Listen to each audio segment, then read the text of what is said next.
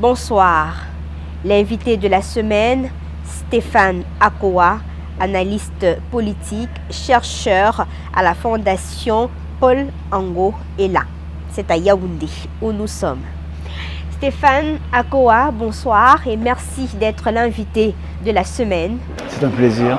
Vous participez à la deuxième édition des Journées citoyennes de la presse, ici même dans la capitale Yaoundé, axée sous le thème le traitement de l'information économique dans un contexte de crise, contraintes et défis pour les journalistes. Pourquoi? Pour deux raisons très évidentes. La première, c'est que nous consommons énormément d'informations. Nous avons l'habitude de consommer de l'information à caractère politique ou parfois aussi ce qui relève des loisirs, le sport notamment. Mais nous sommes peu habitués, pour l'instant au Cameroun notamment, à ce qui relève de l'économie ou de l'économique et à pouvoir de la même manière puiser dans les ressources factuelles et les datas des éléments de compréhension des enjeux et d'évaluation de nos besoins et notamment de nos exigences face aux politiques. Donc il me semblait important de contribuer à cette discussion sur le rôle de la presse économique dans un système qui devient de plus en plus complexe et pour lequel, face auquel, grâce auquel, nous devons être des acteurs non pas complaisants mais conscients. Il faut préciser que vous avez animé un plateau sur l'information de crise et crise de l'information. À quoi cela renvoie? Oui, parce que aujourd'hui, ce qui nous révèle comme société, comme communauté, ce sont les moments critiques, les crises. Quand quelque chose ne va pas, c'est là que l'on voit l'essence d'une nation, ses réactions, sa façon de s'outiller, d'être armé pour lutter contre les dérives ou les digressions ou être capable de rassembler justement l'ensemble des forces pour faire face aux problèmes. Donc aujourd'hui, on traite essentiellement de l'information où on la considère prioritairement quand les temps sont difficiles, quand il y a au plan géopolitique, y compris géopolitique interne, des questionnements qui à la fois pourraient nous remettre en question en tant que pays, où allons-nous, pourquoi allons-nous dans cette direction, mais aussi souvent à titre individuel nous renvoie à des interrogations sur notre rapport à l'autre, aux autres, en ce qui sont différents de nous. Donc la crise est essentielle, elle est déterminante pour permettre, notamment aux jeunes nations, de franchir un palier. Et si elle n'est pas solide, et parfois c'est le test, cette crise-là, évidemment, il peut arriver qu'elle implose la nation, que le pays explose et qu'il se divise, qu'il se répartisse en micro-États, ce que nous ne souhaitons pas, bien évidemment. Et justement, aux dernières régionales du 6 décembre dernier, il était question de donner des informations justes et vraies pour éviter tout débordement. Est-ce qu'on a besoin véritablement d'en arriver là pour éviter une quelconque dérive? Certainement, ceux qui appellent les journalistes à dire ce qui est juste et vrai savent par expérience qu'ils fabriquent autant d'informations injustes et fausses que la vérité qu'ils réclament ou la justice qu'ils revendiquent. Si ceux-là sont si soucieux de la bonne information, c'est peut-être parce qu'ils savent qu'il y a une mauvaise information et qu'ils sont peut-être compétents en mauvaise information et donc exigeants en matière de bonne information. Mais c'est une rengaine que l'on entend régulièrement à l'occasion de moments particuliers que sont les élections par exemple, ou quand la nation est en difficulté. On voudrait que tout le monde pense comme le système gouvernant et que toutes les opinions convergent vers la vérité que le système gouvernant défend. Il y a heureusement en société des individus dont les trajectoires, dont la formation, dont les objectifs divergent et diffèrent fortement de ceux du noyau central, du groupe dominant. Et à ces individus-là, on ne peut pas leur demander de valider des informations qui ne sont pas soit crédibles à leurs yeux, soit vérifiées, parce qu'on n'a pas apporté la preuve que ce qui est dit et ce qu'on demande à l'auditeur, au téléspectateur, au lecteur d'accepter est réellement ce qui s'est passé. Et l'expérience nous prouve que la critique à tout le moins la prudence, sont nécessaires. C'est important de rester distant, méfiant même, je dirais, face à ce que l'on nous propose. Il y a eu des événements dramatiques, des villages rasés par l'armée, ou une affaire il y a quelque temps d'une femme et son bébé tués. Et si on avait accepté la vérité officielle et on s'était contenté de ce que l'on nous demandait de croire, on aurait malheureusement à la fois passé à côté d'un fait dramatique, en se disant ce sont les aléas de la guerre où les méchants ont encore fait du mal, en oubliant qu'il y a des familles endolories et en oubliant que la réalité, c'est de nous forger cet esprit critique, cette capacité à distinguer ce qui est officiel et ce qui est réel. Et il faut toujours, dans une communauté, évidemment, il y aura toujours ceux qui croient à la vérité du gouvernement, mais il faut toujours, dans une communauté, ceux qui essayent de s'en méfier, de s'en défier, pour justement créer cette dialectique, cette contradiction nécessaire au progrès de l'ensemble de la société.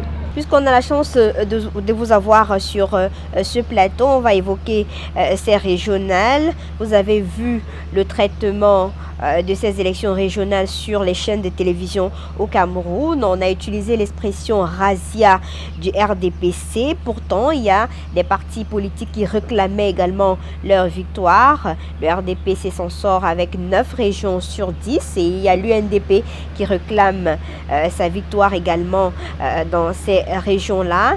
Est-ce que le terme razzia est approprié dans un contexte pareil? Oui, il faut un équilibre dans le traitement. Il faut dire qu'il y a un vainqueur et il faut dire qu'il y a d'autres formations politiques qui n'ont pas nécessairement perdu puisqu'elles ont gagné, elles pourraient avoir gagné une région. Il faut le souligner et il faut aussi, pour bien dire cela, utiliser les mots qui conviennent. Razzia est un terme militaire. La razzia, c'est un acte de violence et on ne peut pas, en politique, quand on veut vivre en démocratie apaisée, prendre les mots comme ça parce qu'on trouve qu'ils sonnent bien en oubliant ce qu'ils signifient en réalité. Le RDPC continue sa marche hégémonique. Le RDPC ne laisse rien, même pas à ses alliés, parce que l'UNDP n'est pas dans l'opposition à ce que je sache, mais on peut le dire sans utiliser le terme razzia, comme ailleurs pour d'autres faits. On a parlé d'insurrection, où on a parlé d'atteinte à la souveraineté de l'État. Il y a des résultats à examiner. C'est peut-être pas le travail des journalistes de prendre dans le détail score par score, région par région, et aller dans les sociologies ou les sociopolitiques particulières, trouver une faille qui pourrait étayer une manière de voir, une manière de penser ironique ou distante. On peut laisser cela aux analystes, mais effectivement, il faut prendre le temps d'examiner l'ensemble des chiffres, tous les scores, les résultats dans tous les bureaux de vote pour constater, en comparant ces éléments-là à ceux des élections précédentes, qu'il y a une marche continue du RDPC éventuellement ou peut-être par endroit un recul du RDPC. On l'a très bien fait s'agissant du PCRN de M. Cabral Libi et lui-même d'ailleurs a été le premier à reconnaître que dans certains départements, ses performances, cette fois-ci, les performances de sa formation politique ont été moins bonnes que les résultats qu'ils avaient victorieusement obtenus il y a quelques mois seulement. Tout le monde parle de décentralisation, tout le monde parle de conseils régionaux. Qu'est-ce que cela va apporter pour ce coup d'accélérateur à la décentralisation? À mon avis, pour l'instant, nous avons beaucoup de soucis à nous faire. D'abord parce que ceux qui ont été élus ne l'ont pas été sur la base d'un programme. On ne sait pas ce qu'ils veulent faire, donc on peut avoir des doutes sur ce qu'ils savent faire et qu'ils sont capables d'apporter à la régionalisation. Il y a quelques mois seulement, nous avons élu des maires à Yaoundé, à Douala et dans quelques autres grandes villes à la place des délégués du gouvernement nommés. Nous arrivons à la fin de l'année, nous arrivons quasiment un an après ce moment important en termes de décentralisation, en termes de vie politique tout court, et peu de citoyens, ici à Yaoundé où nous sommes, sont capables de dire exactement qu'est-ce que ce maire-là a apporté par rapport à ses prédécesseurs, le tout récent, mais les autres dans l'histoire de Yaoundé, qu'est-ce qu'il a fait de différent, en quoi son attitude en tant que gestionnaire de la cité nous montre que l'on a de grands espoirs à porter sur son projet. Ce doute que nous avons déjà, on peut le reproduire pour les futurs présidents de région et les exécutifs à la tête des régions. C'est une première raison qui me fait dire non. La deuxième série de raisons, on sait que le RDPC a beaucoup de mal à laisser ses élus travailler en fonction de ce que les sociologies et les réalités des terroirs imposent. La vérité vient toujours de Yaoundé, les ordres viennent toujours de Yaoundé et en premier lieu, l'ordre qui sera donné aux conseillers régionaux de voter pour tel candidat à la présidence du conseil régional contre tel autre. Donc, cette démocratie que l'on donne d'une main mais que l'on retient de l'autre nous empêche de penser que les choses iront très bien, très vite.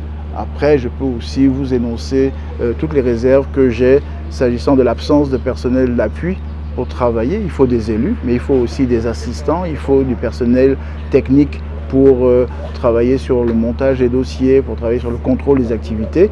Les régions n'ont rien de tout cela pour l'instant et cela peut être un sérieux handicap à la réussite du projet de la décentralisation. Il faut aussi, bien évidemment, que ceux que l'on a élus, enfin qui ont été élus par ceux que nous avions élus précédemment, montrent plus de probité, plus de patriotisme si la région est un territoire, le mot peut convenir, que ce que l'on a au niveau central dans l'état actuel de notre gouvernance, quand on sait à quel point la tricherie, quand on sait à quel point le népotisme, quand on sait à quel point des arrangements peu acceptables de l'ordre de la corruption sont monnaie courante, sans mauvais jeu de mots sur la monnaie, pour dire oui, on aura au sommet des régions, pour le bien des populations, localité par localité, des gens, des Camerounais et des Camerounaises attachés à l'importance de leur mission et à la responsabilité qu'elle incombe.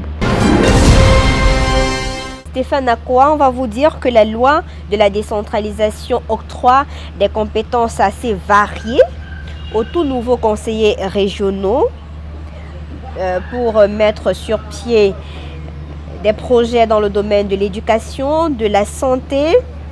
Il s'agit là bien des transferts de compétences. Les compétences sont transférées et beaucoup d'élus ne le savent pas, qui sont à ce point désormais responsables d'un ensemble très large de missions. Il faudrait qu'eux-mêmes le sachent, il faudrait qu'eux-mêmes aient lu le code de la décentralisation pour mesurer à quel point leur mission est haute. C'est un souci. Ensuite de cela, compétence ne veut pas dire application systématique de règles et de façons de procéder telles que depuis 15, 20, 30 ou 40 ans on le fait. Cela veut dire aussi d'être en mesure d'évaluer à sa manière, en fonction d'un certain nombre d'informations que l'on a collectées, quels sont les besoins, quels sont les désirs des populations et comment y répondre.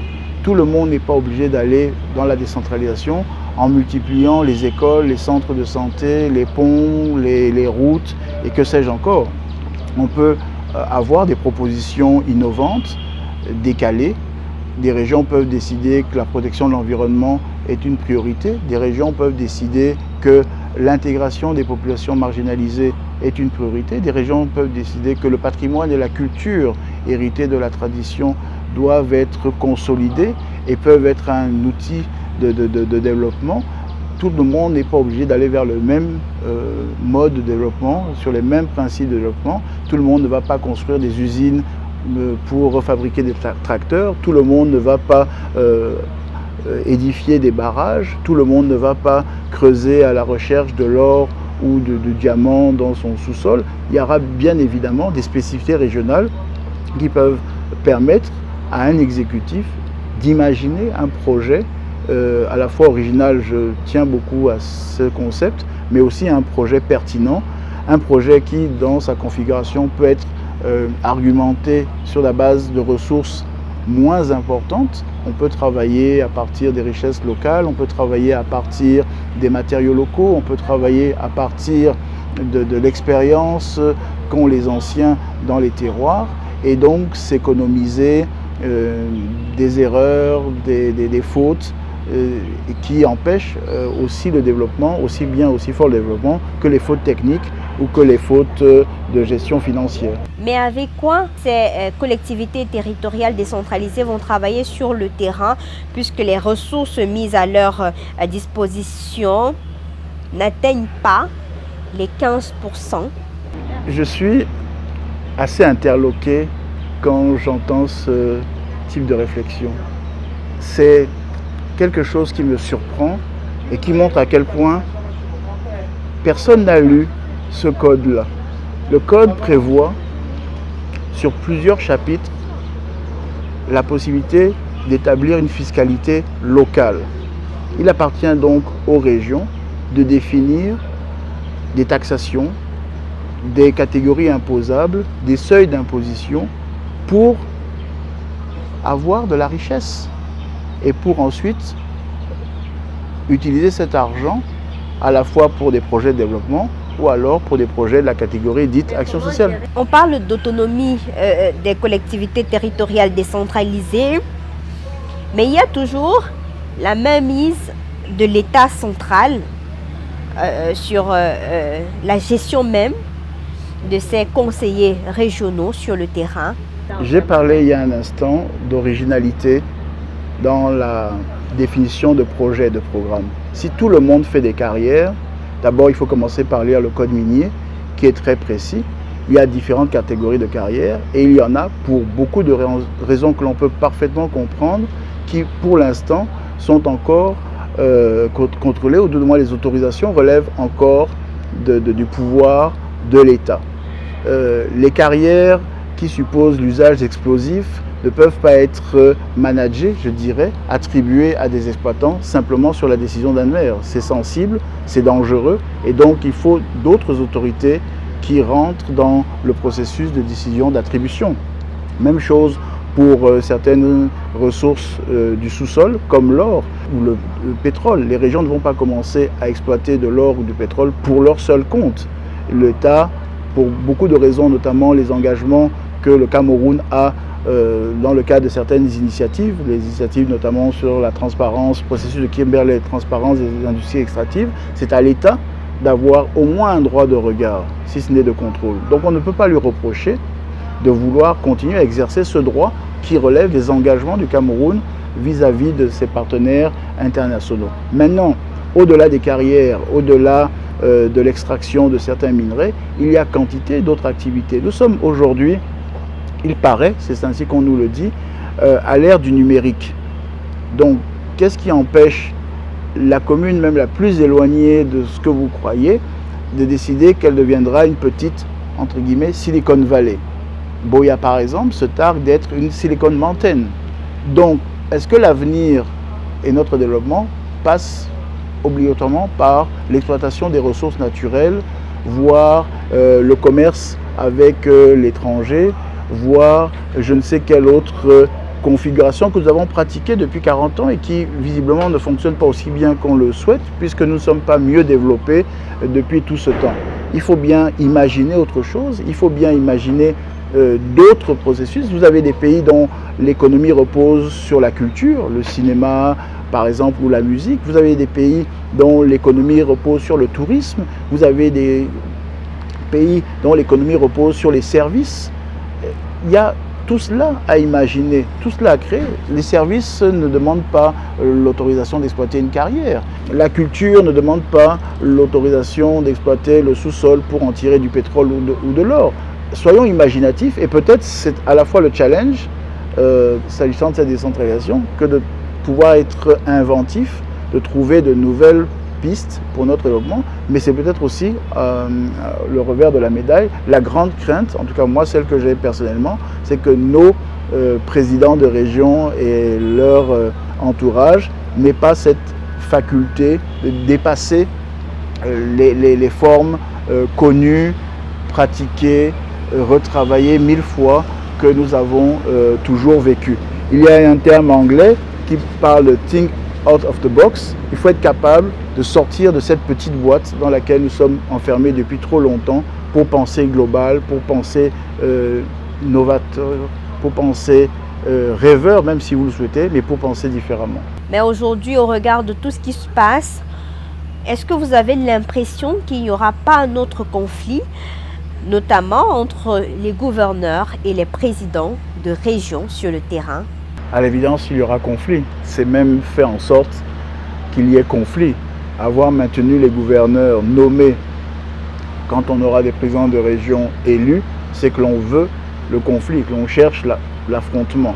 C'est évident. Vous oubliez même dans cette énumération de parler du Mindevelle qui se targue d'être la tutelle des conseils régionaux notamment, des CTD en général. Je suis très étonné que l'élu, celui qui a un mandat du peuple, soit en dessous de l'agent de l'État, fonctionnaire, qui peut-être c'est la nomination, mais c'est très peu par rapport à l'élection, se targue d'être son chef, sa hiérarchie. C'est un problème que visiblement nos gouvernants ne cherchent pas à traiter. Au contraire, on a l'impression qu'ils se plaisent à le voir se complexifier et il faudra être très vigilant et prendre le plus souvent possible la défense des élus contre l'autorité, l'autoritarisme des personnes seulement nommées. Et la question qui se pose actuellement, où est-ce que ces conseillers régionaux vont siéger? J'ai posé cette question depuis très longtemps. J'ai demandé où va se trouver le bureau du conseil régional du centre et pour toutes les régions que j'ai pratiquées depuis plus d'1 an. J'ai notamment été au sud-ouest, dans le littoral, au nord, à l'extrême nord. À chaque fois, je me suis demandé où vont-ils travailler, dans quel espace de travail vont-ils être accueillis, et on n'a pas de réponse, ce qui est doublement inquiétant. S'ils ne savent pas où travailler, vont-ils travailler? Et s'il y a, vous savez, nos petites querelles camerouniennes sur les marchés attribués pour la construction du siège du conseil régional, à la fois on aura des tripatouillages, on aura des mécontentements, et on n'avancera pas dans la décentralisation. On va terminer avec cette phrase qui est de vous. C'est un pas vers la décentralisation, mais un tout petit pas. Vous n'y croyez pas du tout, c'est ça? Je répète ce que j'ai déjà dit, je n'y crois pas. Je n'y crois pas parce que, à la fois, on a tous ces problèmes que nous avons évoqués, mais on a de grandes incertitudes quant à l'avenir. Et ces incertitudes, ce sont notamment les crises. Il y en a une très grave à l'extrême nord. Elle était d'origine étrangère, mais elle nous a impacté et elle impacte encore violemment notre ordinaire, notre quotidien. Nous n'avons pas su traiter une crise proprement interne dans les régions du nord-ouest et du sud-ouest. On n'a pas trouvé la bonne méthode pour l'atténuer, éventuellement la faire disparaître, mais au moins qu'en intensité, elle faiblisse. On sait qu'à l'est du Cameroun, avec les problèmes de sécurité que posent les déplacements de population, coupeurs de route, prise d'otages, etc. On a d'autres crises en préparation qu'il va falloir affronter. Il y a, ça a été habilement, mais de façon très diplomatique et pas du tout concrète, traité ce qui nous oppose à la Guinée équatoriale, alors que ce que les Équato-Guinéens veulent comme une frontière étanche et hermétique était au contraire un prétexte à échange, donc économiquement un moyen très intéressant. Et donc si nous n'avons pas les outils pour, en cas de problème, savoir les gérer et surtout renverser les contradictions à notre avantage, on peut être très critique et on doit être très vigilant. Parce que les conseils régionaux ne seront pas simplement là pour l'attribution de marchés, pour les routes, les écoles, les salles de classe. Il faudra aussi savoir faire montre de grande souplesse intellectuelle pour exploiter la chance que nous avons et que sont les frontières et minorer les menaces que font peser à la fois les irrédentismes extérieurs, mais aussi le repli identitaire qui est devenu le principe de vie de nombreuses communautés dans l'espace national. Alors, quelles sont les propositions que vous faites pour qu'il y ait définitivement un coup d'accélérateur sur cette décentralisation qui va permettre l'amélioration des conditions de vie des populations, mais surtout ces populations qui vivent dans les régions en crise? Sur certains aspects, c'est d'apprendre à dialoguer, de savoir être transparent à l'évidence. Mais je serais encore plus audacieux en disant qu'il faut accepter la crise. Il ne faut pas la fuir, il ne faut pas dire qu'elle n'est pas une crise. Il faut faire de la crise le moyen de mieux avancer. Il faut travailler de façon dialectique et considérer que ce qui s'oppose à nous doit nous rendre plus forts, doit nous rendre plus agiles intellectuellement et doit servir à rassembler les énergies. Si à chaque fois qu'il y a une crise, on commence par défiler à la télé pour dire ce n'est pas vrai, on envoie des émissaires de Yaoundé pour dire ce n'est pas vrai, on fait ressortir des témoignages de gens à gauche à droite qui disent ce n'est pas vrai, alors qu'elle est bien là, elle fait des morts, elle fait des dégâts, on n'arrivera jamais nulle part. Sachons devenir adultes, acceptons que oui, la violence est aussi dans notre vie, comme les joies, comme les résultats positifs, et faire de ces violences-là, et de celles qui, surtout quand elles ne sont pas de notre fait, quand nous les subissons, savoir de façon dialectique, restons hegéliens, avec toujours le faible qui peut se renforcer et devenir à son tour un acteur majeur, et le fort, trop sûr de sa force, qui a chuté, le laissant rassembler à nouveau sa conscience et ses projets pour redevenir fort ultérieurement. Donc ce mouvement alternatif est essentiel, et un jour peut-être, d'autres en Afrique l'ont déjà fait, nous serons aussi capables de vivre avec un balancier qui finalement tantôt satisfera une communauté, peut-être en mécontentera une autre, mais comme le mouvement suivant sera en faveur de la communauté mécontentée, on équilibrera sur 10 ou 15 ans nos potentialités, et on pourra être en mesure de construire une nation qui sait que l'autre existe et que tout n'appartient pas à une région, que l'on dit l'organisatrice de tous nos destins. Et si chacun à son tour prend part au destin national, on peut être optimiste. Stéphane Akowa, merci d'avoir répondu à nos questions. Merci d'avoir pensé à moi pour cet échange. Mesdames, Messieurs, merci de nous avoir regardés. C'était l'invité de la semaine qui recevait Stéphane Akowa, analyste politique, chercheur également à la Fondation Paul Ango est là, et c'était en direct de Yaoundé. Rendez-vous la semaine prochaine avec un autre invité de la semaine. Bonsoir.